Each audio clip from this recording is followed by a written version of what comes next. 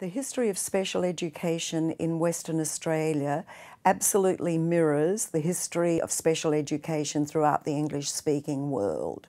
In Western Australia, before the 1950s, students with disability were not entitled to enrol in a school such as this. They were cared for in health department facilities with untrained carers and helpers. And it was in the 1950s that groups of parents were banding together and petitioning government to try to get an education with trained teachers for their child with a disability. We see the rise of the Slow Learning Children's Group, Lucy Creeth Home for Crippled Children, Spastic Welfare Association. You see the beginning of the movement towards providing a special school building for students with a particular type of disability. The special schools were built during the 1950s and they remained right through the 1960s, through the 1970s. It was the push of Kennedy into race relations that drove equal opportunity legislation across the world. If we move then to 1985 and the push from parents again to government to provide this less restrictive setting within education support centres, it allowed students from special schools to be given a place within a mainstream school.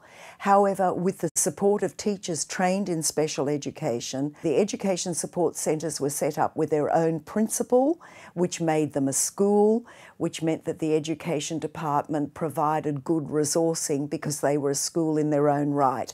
But they were on the campus of a mainstream school, and they were therefore able to have times of meaningful integration with their non-disabled peers. That freed up floor space in special schools, which were in turn able to enrol students with profound multiple disabilities who had been, up until that time, still in day activity centres provided by not-for-profit agencies.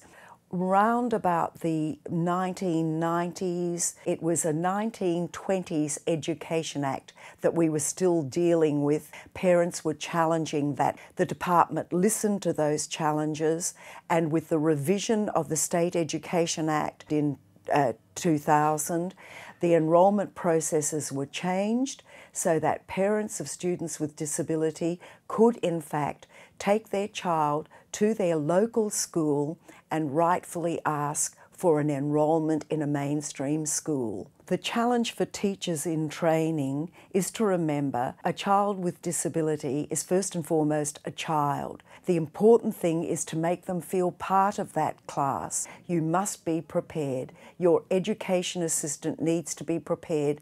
It's very important that the other children see you interacting with the student with disability in the way you interact with every other child in your class.